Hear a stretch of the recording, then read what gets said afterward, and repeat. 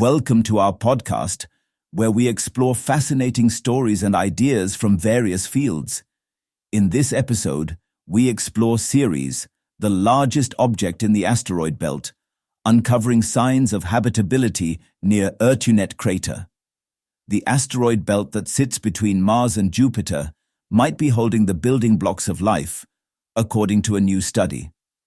The dwarf planet Ceres in the region has a hidden ocean which harbors such ingredients. The research published in the journal Science Advances says, Ceres is the largest object in our solar system's asteroid belt, and its icy surface hides several small underground water bodies containing salt water.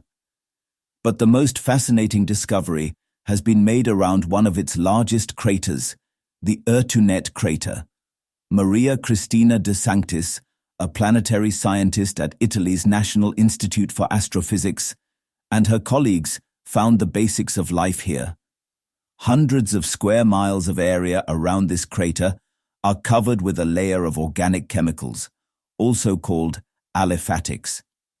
Researchers suggest that the chemicals must have formed only in the past few million years or so.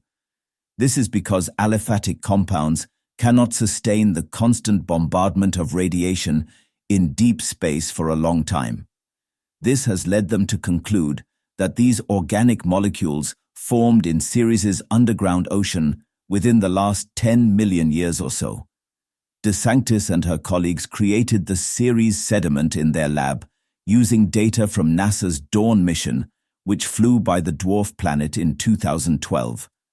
They added aliphatic organics to the mix, the hydrocarbon found near the Ernutet crater. To get an estimate of how long they have been there, they struck the mixture with powerful ultraviolet radiation and fast-moving ions. This so-called space weathering can break down organic molecules. Turns out, the aliphatic compounds could not hold on for long, and this made the researchers realize that the substance had not been on Ceres for long either. There is an abundance of this type of hydrocarbon on its surface, and so the researchers believe it must have gotten there within the last 10 million years. The organic compounds found at the Ernutet crater might have evolved over the lifespan of Ceres's deep ocean, lasting at least a few 100 million years. De Sanctis and her colleagues write in their recent paper.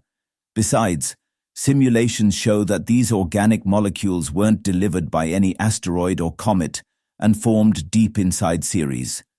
Ceres was once covered with a huge ocean of salt water beneath its crust, but today only pockets of it survive.